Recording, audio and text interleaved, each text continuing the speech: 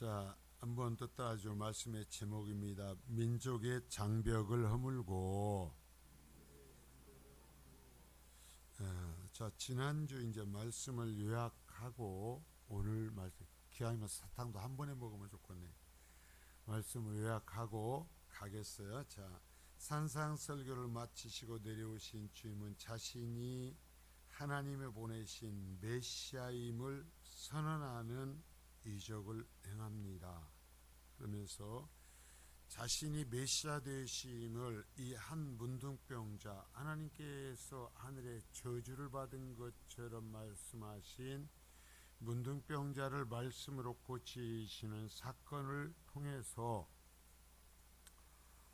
자, 모세가 문둥병의 이적을 통하여서 하나님이 자신을 보내셨다라는 것을 증명했듯이 주님은 이 치유받은 문둥병자를 제자들에게 보내셔서 자신이 하나님께서 약속하신 메시아라는 것을 입증합니다.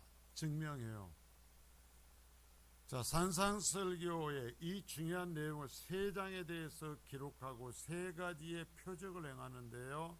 첫 번째 이 표적을 통해서 고칠 수 없는 문둥병을 말씀으로 고치시면서 내가 구약에 하나님께서 약속하고 보내신 메시아다라는 것을 증명했다라는 거예요. 입증했어요. 그러면 오늘 이 두 번째 표적은 뭐냐면, 그러면 그 하나님께서 보내신 메시아를 통해서 구원받는 사람들은 누군가라는 거예요. 이 이야기를 이 두 번째 표적을 통해서 하는 거예요. 어제 제가 우리 노예의 한 교회에 임직식, 교회 직원들을 세우는 임직식이 있어서 순서를 좀 부탁해서 다녀왔어요. 다 축하하고 좋아하고 웃고 하는데 제가 맨 마지막 이제 격려 순서를 맡아서 제가 보면서 그랬어요. 어떻게 할라요? 10년, 20년 전에 한국 기독교와 이 교회의 성도들의 신앙과 지금 우리의 모습을 비교해 보면 정말 난리가 났어요. 난리가 났어. 제가 신학교를 처음에 갔을 때 애가 다르니까, 의지할 사람 하나 없고 애가 다르니까 시간 나면 기도원을 가면, 오살리 기도원에 가면요 몇만 명이 모였어요.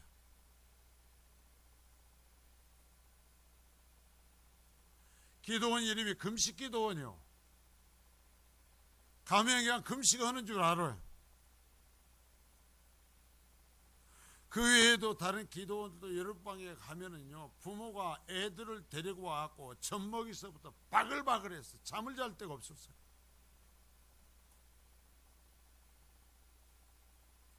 지금 누가 가요?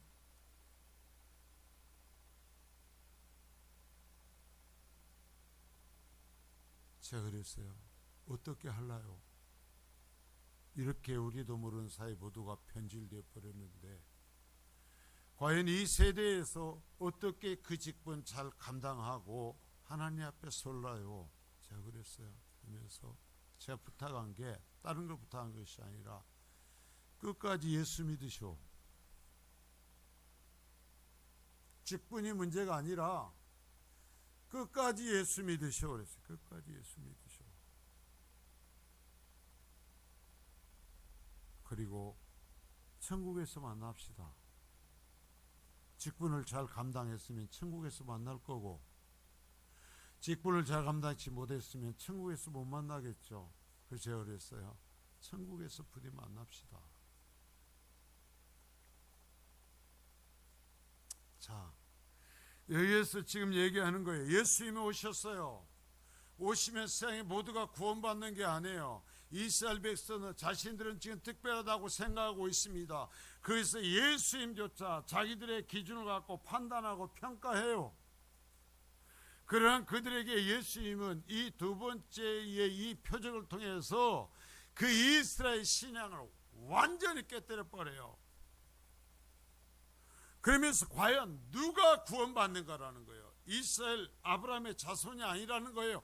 이 세상에서, 온 세상에서 하나님은 하나님 나라의 백성을 모아서 하나님 나라를 세우시는데, 과연 누가 이 메시아의 나라의 백성이 될 것인가, 그 얘기를 이 표적을 통해서 해요. 우리 정신 차려야 돼요.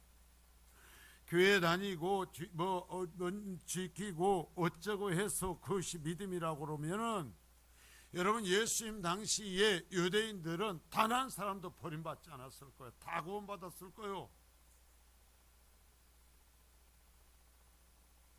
주임은 여기서 그래버리거든요. 그거 필요 없어. 그거 다 깨뜨린다 이거야. 그리고 새로운 하나님 나라의 백성의 기준을 제시를 해요.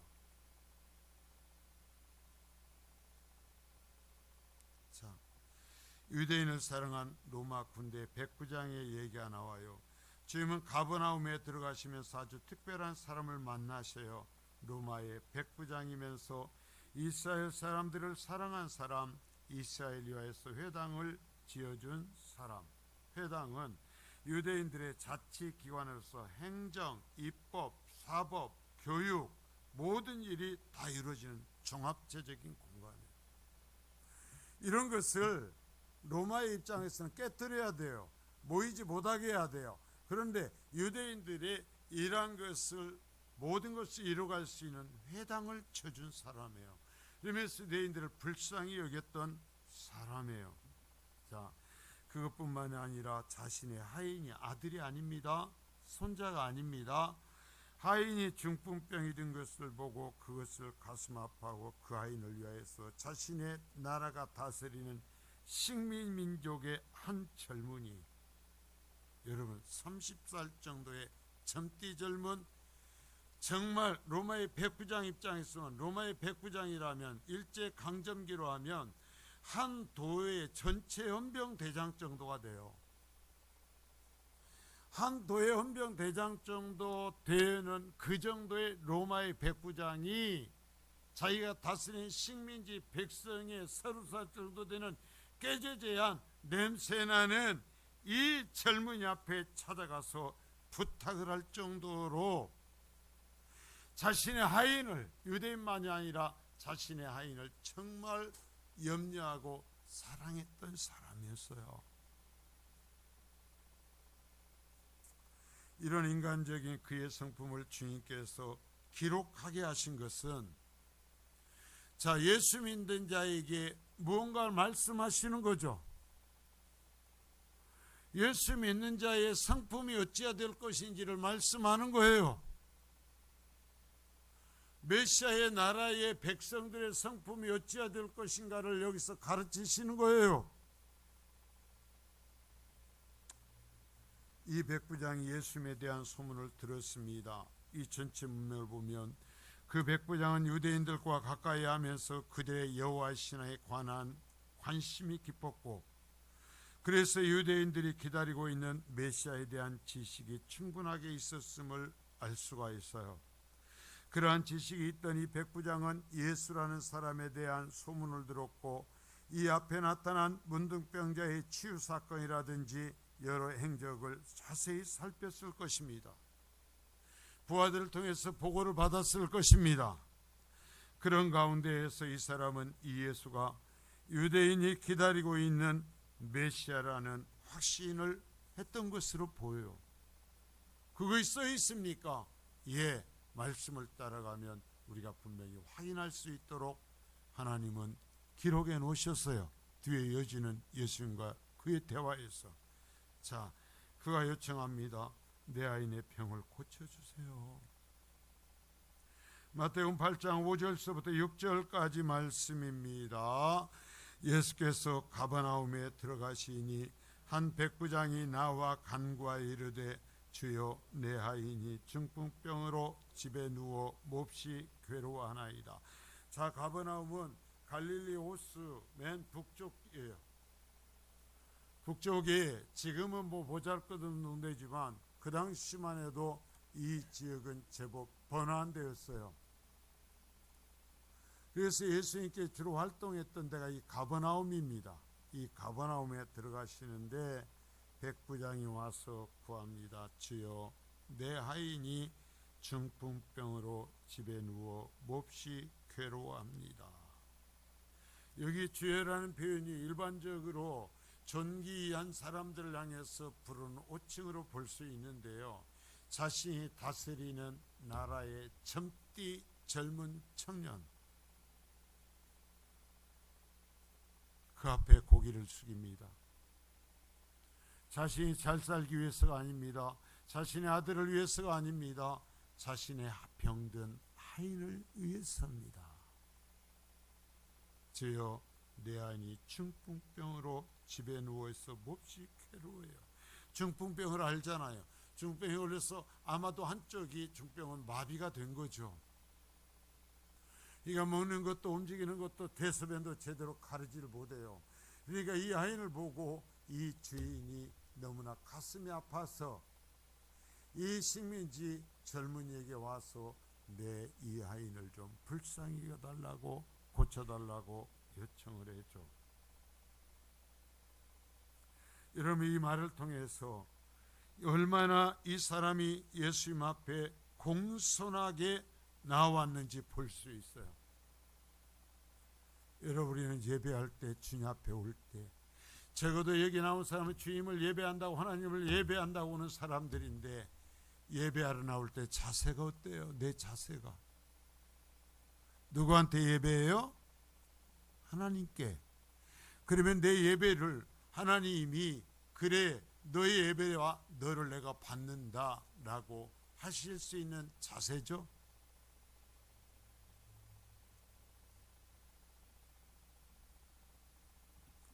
그가 자신의 집에서 고통스러워하는 어린 아인을 위하여서 도움을 청하죠.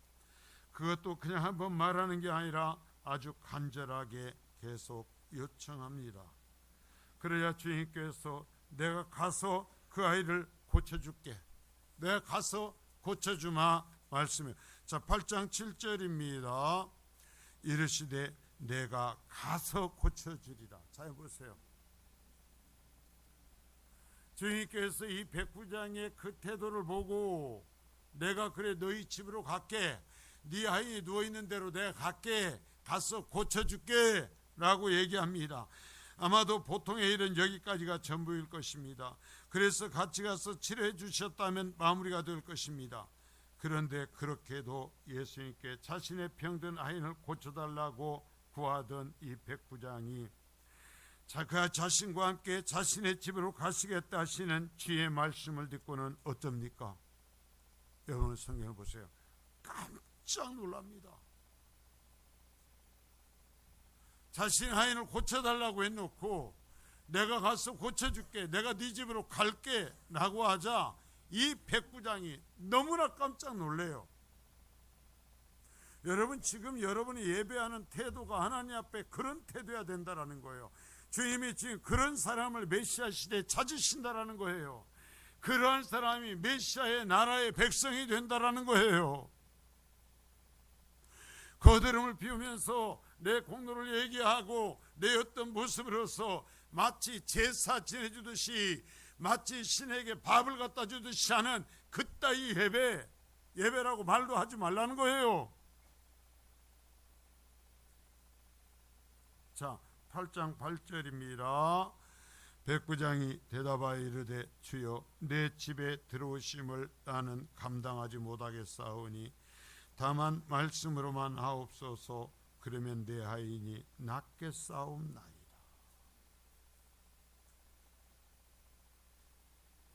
자, 예수님은요, 나사렛 저짝에 위에서 갈릴리 산지에 살았어요.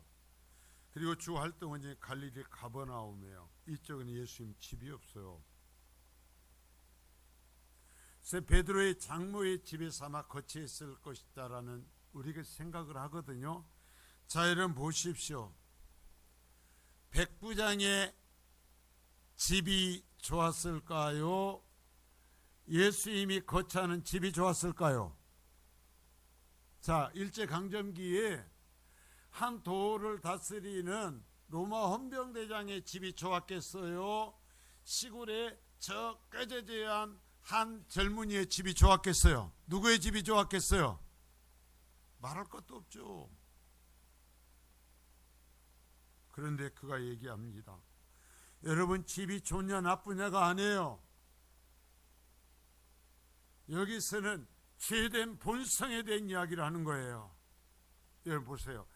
여기에서 죄의 본성, 자기가 악해서 주님이 자신의 집에 들어올 수 없는 나는 악한 자라는 고백이에요. 내 집 들어오심을 나는 감당할 수 없습니다. 안 돼요. 어떻게 당신이 우리 집에 와요? 그래서 이런 이야기를 통해서 볼 때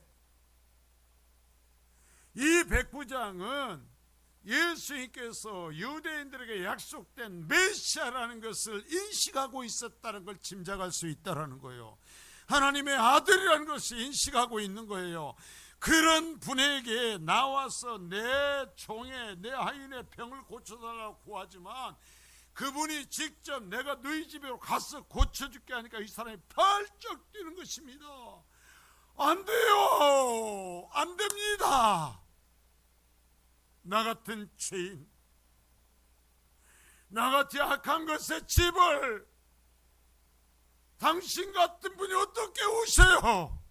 나는 너무나 죄인이에요. 나는 너무나 악해요. 그래서요, 당신 같은 분이 우리 집에 오시는 것을 난 감당조차 할 수 없어요.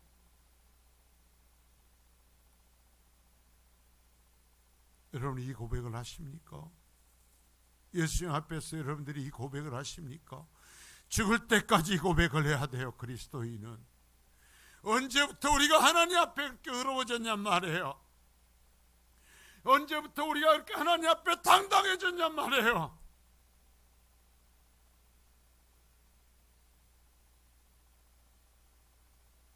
그 정도 이랬으니까 그 공로로 의를 샀습니까?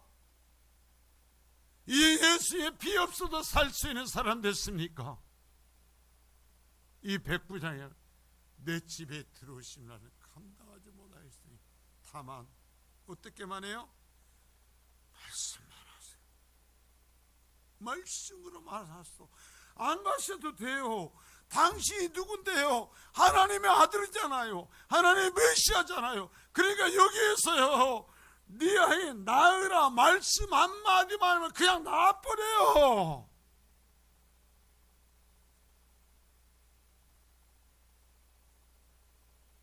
숨이 막히질 않아요? 이 백부장의 고백을 들으면서. 여러분, 내 보잘것없는 신앙과 이 백부장의 엄청난 신앙을 보면서 내가 얼마나 악한가, 내 신앙이 얼마나 무너져 버렸는가,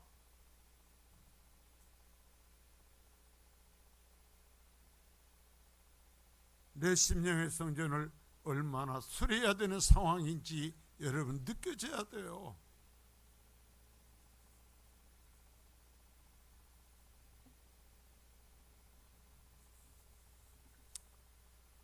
여기 하잖아요.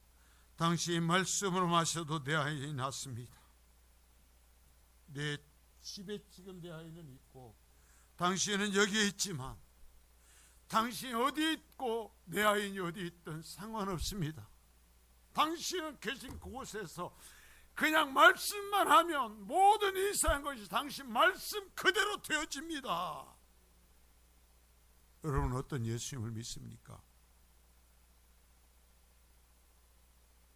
못난 문열이 같은 예수를 믿습니까? 하나님이신 예수를 믿습니까? 이 백부장의 예수 그리스도는 이런 분이었어요. 가지 않아도 말씀만 하시면 그 병을 치유할 수 있는, 회복시켜버릴 수 있는, 새롭게 해버릴 수 있는 그러한 분이었어요. 그러니까 이 백부장은 그러한 예수님을 구주로 모시고 하나님 나라의 메시아 나라의 백성이 되는 거예요. 주님의 이 본문을 통해서 다시 우리에게 들려주시면서 그 백성들을 다시 부르고 계시는 거예요. 믿음이라는 것이 뭘까요? 다른 사람이 하는 대로 기도하고 다른 사람이 하는 대로 생각하고 다른 사람들이 예배하니까 나도 예배한다면 그것이 정말 믿음일까요? 아까 얘기했지만 그런 것이 믿음이고 그런 것으로 하나님의 자녀가 되고 그런 것으로 구원받는다면 예수님 당시의 유대인들, 아니 지금도요, 저 유대인들은 그들은 전부 구원받을 거예요.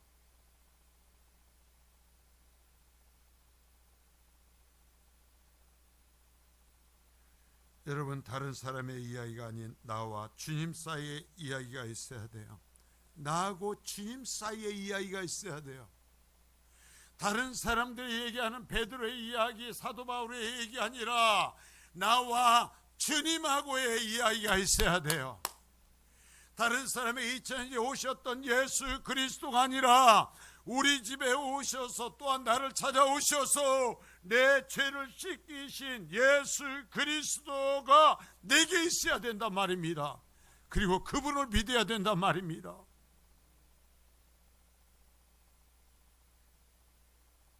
도대체 뭘 믿는 거예요?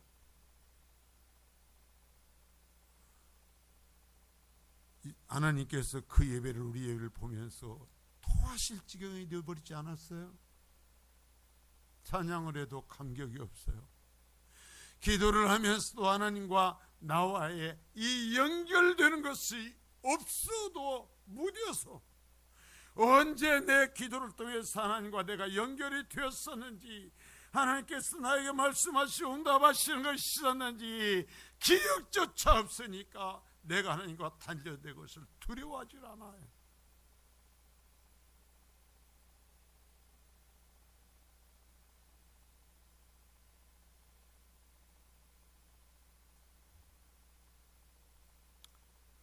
과연 예수님이 나하고 무슨 관계가 있어요?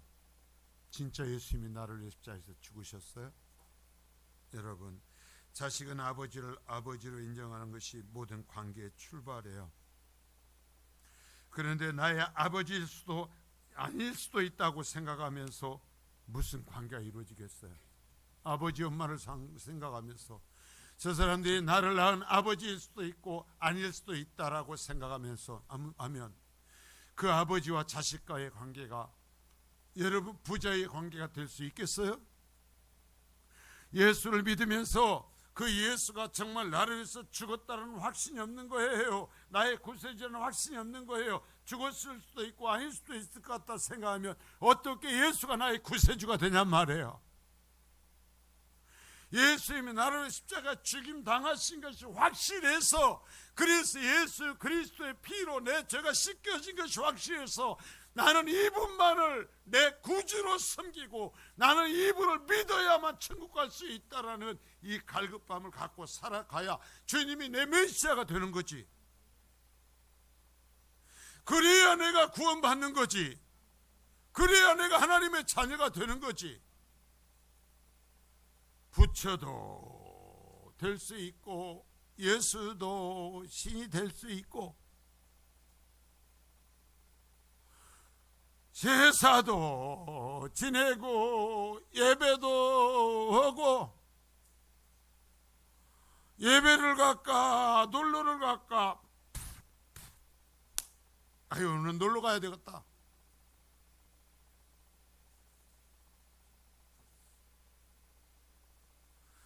예배를 갈까, 자식들이 온다는데 어쩔까, 아이 맨날 있는데 오늘은 자식들하고 놀러 가야지. 주님이 그 사람한테 뭐라고 그러겠어요? 네가 내 새끼라 하겠어요?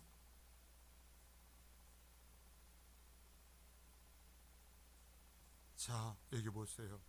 권세가 명령하는 대로 순종하는 겁니다. 여러분, 이 정말 백부장의 이 고백을 드려요. 권세가, 위에 있는 권세가 명령하면 아래에 있는 권세는 순종하는 겁니다. 그러는 거예요. 자, 8장 9절입니다. 나도 남의 수하에 있는 사람이요 내 아래에도 군사가 있으니 이대로 가라 하면 가고 저대로 오라 하면 오고 내 정도로 이것을 하라 하면 합니다. 자, 뭐예요? 백부장이니까 위에 천부장이 있습니다. 천부장이 자기를 불러서 너 이렇게 해 하면 어째야 돼요? 해야 돼요. 백부장이니까 자기 밑에 10부장이 있습니다. 50부장이 있습니다. 밑에 병사들이 있습니다. 그러면 이 백부장이 불러갖고 너 이거 내 하라면 해요 안 해요? 하죠. 그 얘기를 하는 것입니다. 내가요 군대 백부장인데요, 나도 그래서 내 위에 내 상관이 있고 내가 그 상관에 수하에 있고 내 밑에도요 내 수하에 군대가 있습니다. 그런데요 위 권세가 하라고 그러면 아래 권세는 따르는 겁니다. 오라면 오고요 가라면 가는 거예요. 근데 이건 굉장히 중요합니다. 여러분 펜을 지금 들어요. 이 고백과 마태복음 7장 29절 산상설교를 마치고 산상설교의 마지막 해설이에요. 하나님께 주시는 마지막 해설이 산상설교 5, 6, 7장을 가르치고 기록해 놓고 해설, 하나님이 주시는 이 설교에 따른 해설을 하나 붙여놨었어요. 그 해설을 7장 29절입니다. 시작. 이는 그 가르치신 것이 권위 있는 자와 같고 그들의 서기관들과 같이 아니함일러라. 자, 무슨 얘기냐면은 예수님의 산상설교를 가르치는 그 설교의 이야기를 쭉 기록해 놓고 뭐냐면은 그 설교를 통해서 예수 그리스도의 권위가 나타났다라는 거예요. 예수 그리스도에게 하나님의 권위가 있다라는 얘기예요. 그래서 산상설교를 하고 나서 해설을 붙여놨어요. 여러분 성경을 보다 하나님이 해설을 해놓은 것은 아주 중요해요. 그걸 찾아낼 수 있어야 돼요. 그걸 가지고 나머지를 열 수 있는 열쇠가 되는 거예요.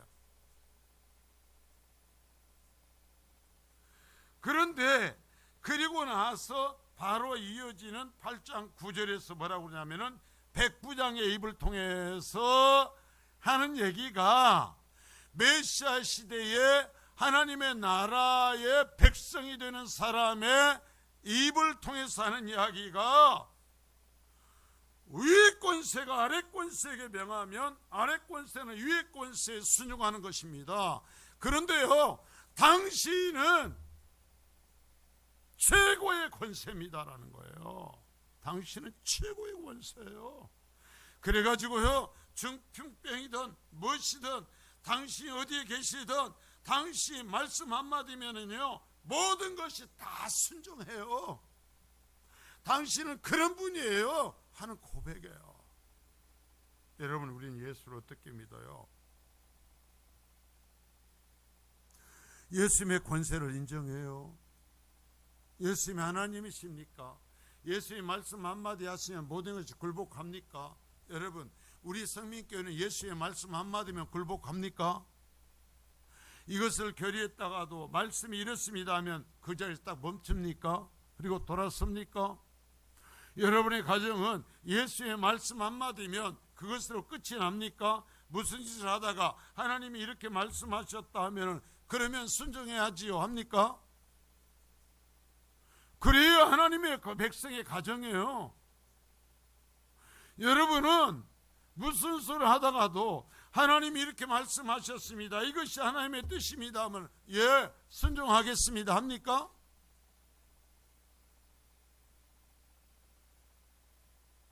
그 얘기예요. 지금 당신은 이 세상의 모든 것을 갖고 계셔요. 그리고 당신 어디에 있든지 당신이 이루어지라 당신이 말씀하면 그대로 다 돼요. 이 세상의 모든 것은 당신의 권세 아래 있어요.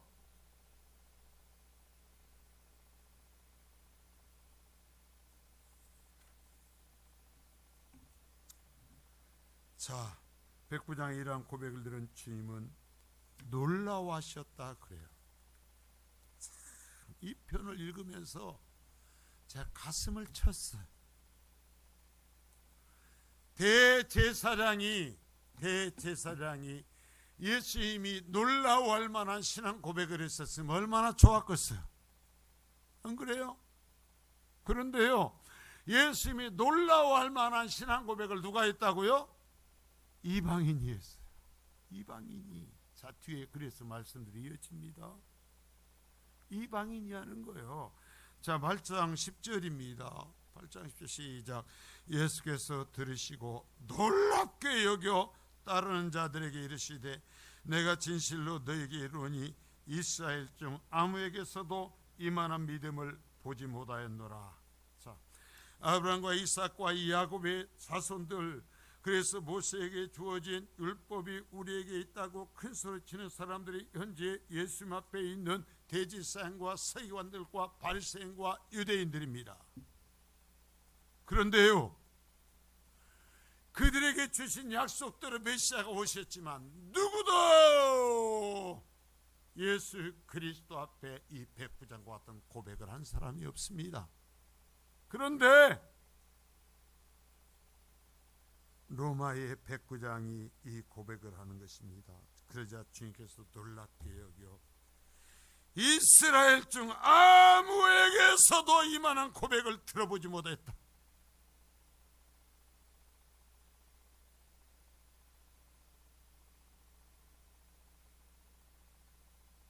여러분, 하나님은 아셔요.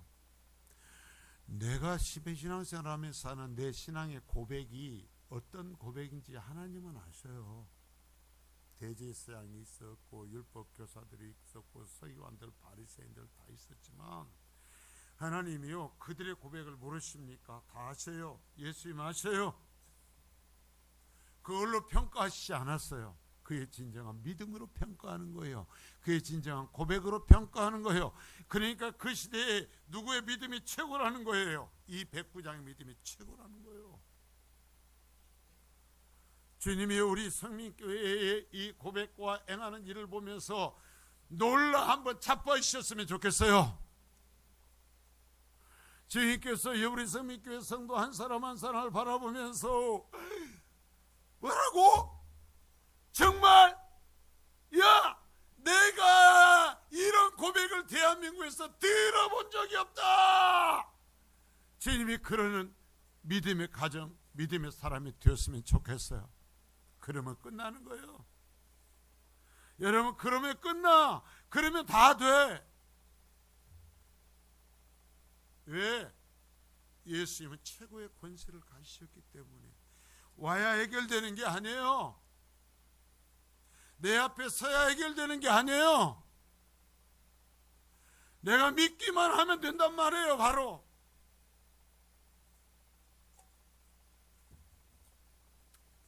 자, 우리의 믿음이 이렇게 주님께서 놀라워하시는 성경적 모델과 같은 믿음이 되기를 바라요. 정말 모델이 되기를 바라요.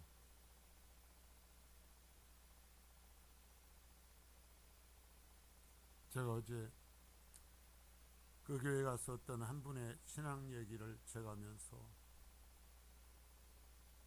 제가 울었어요. 나는 이런 사람을 봤습니다. 제가 목이 메어서 말을 못하고 울었어요. 그러면서 직분 받았으면 그렇게 하시오. 여러분, 그래요. 사람은 교회는 어떻게 볼지 몰라도 하나님은 주의 사자를 보내서 교회를 붙드십니다. 교회를 먹이십니다.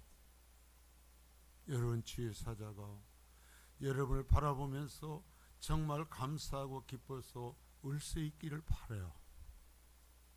나중에라도 여러분들이 어떤 목사님과 함께 신앙생활하면서 그 목사님이 나중에 여러분들을 기억하면서 여러분들을 하나님께 보내고 기억하고서 그것을 쭉 하며 목이 메어 울고 하나님 앞에서 내가 이런 사람을 만날 수 있었다고 감사할 수 있기를 바라요.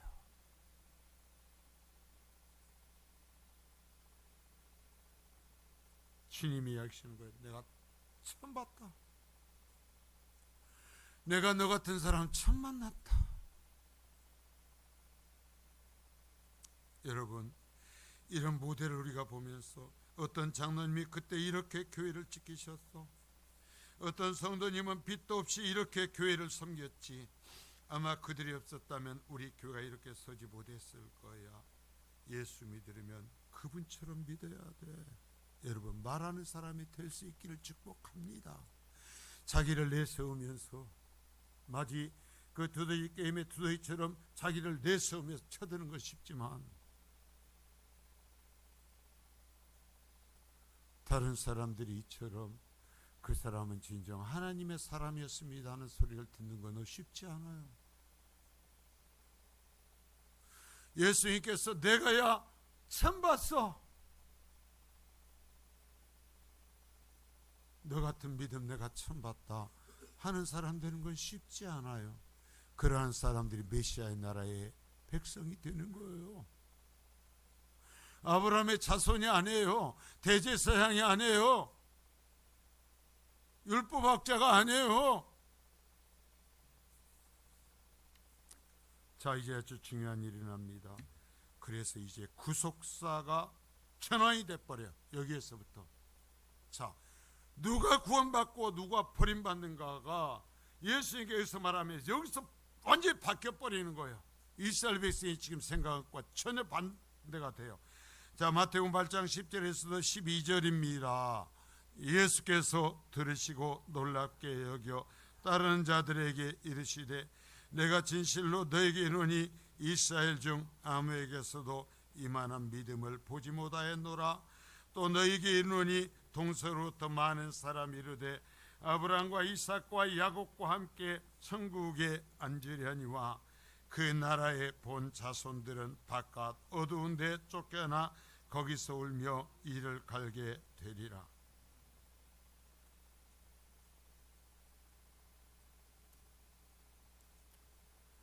어찌 되죠?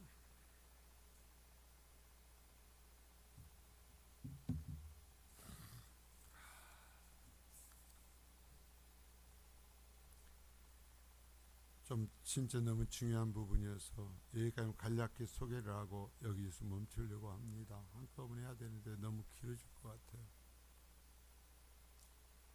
자, 이 부분만 잠깐 다음 주에 얘기했으면 얘기합니다. 구속사가 바뀌어버려요. 누가 구원받고 누가 버림받는지, 누가 하나 메시아의 나라의 백성이 되고 누가 그 나라에 쫓겨나는지 여기에서 완전히 바뀌어버려요. 그것을 주님 말씀해요. 자, 보십시오. 내가 이스라엘 중 아무에게서 이만한 믿음을 보지 못했어.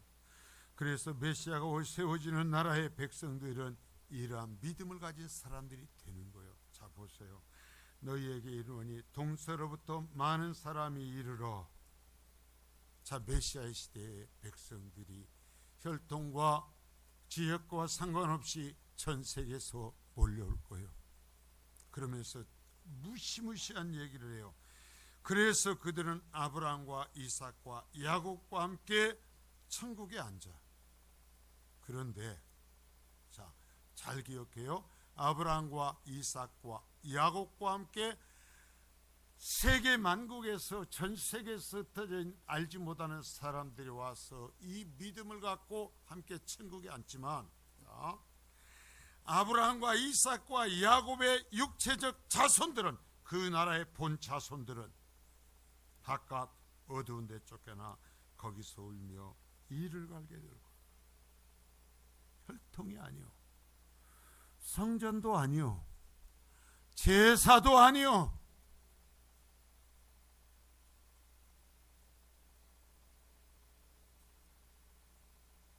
메시아를 통해서만, 그 피를 통해서만, 그 메시아의 권세 아래 복종하고 그 권세를 인정하고 그 앞에 나아가는 자들만 아브라함과 이삭과 야곱과 함께 저 천국에 함께 되고, 아무리 교회 안에서 어떤 사람이라고 주장해도 그 나머지 사람들은 쫓겨나서 이를 갈며 지옥에 떨어지게 될 거야. 이게 메시아이신 예수 그리스도를 통해 세워지는 하나님의 나라예요. 자, 말씀을 정리해요. 자신이 메시아 되시는 것을 문둥병자를 고침으로써 너희가 가서 대제사장에게 증명해라. 메시아가 왔다는 것을 증명해라, 입증해라 라고 말씀하신 주님은 이제 두 번째 표적을 통해서 누가 하나님의 나라의 백성이 될 것인가? 육체적으로 아브라함과 이삭과 야곱의 자손이 아니요, 율법을 가진 백성이 아니요, 성전도 아니요, 언약궤도 아니요, 오직 예수 그리스도를 구주로 믿는 자들만 아브라함과 이삭과 야곱과 함께 천국에 앉을 거라고 이 새로운 구속의 시대의 은혜를 말씀했어요. 우리가 감사하잖아요. 아니 또 아브라함과 이삭과 야곱의 자손 혈통만을 말씀하시면 우리가 구원받을 수 없잖아요. 우리가 예루살렘 성전만을 얘기하면 우리는 예배할 수가 없잖아요. 그런데 그것 이제는 상관없다라는 거예요. 그래서 오직 메시아 하나님께서 보내신 그 아들을 믿는 자들만이, 그리고 그 권세 아래 복종하는 자들만이 구원받을 수 있다고 하시는 이 말씀을 들었으니 이것이 우리에게 복음이죠. 그것이 아니라고. 이렇게 해서 구원받을 수 있다고 이 복음의 백성이 될 수 있기를 축복합니다. 내 신앙을 더럽히지 마세요. 내 예배를 더럽히지 마세요. 내 믿음을 더럽히지 마세요. 하나님 앞에서 인정받을 수 없으면 그건 아무것도 안 해요. 거룩하신 주님, 오늘 또 이 귀한 말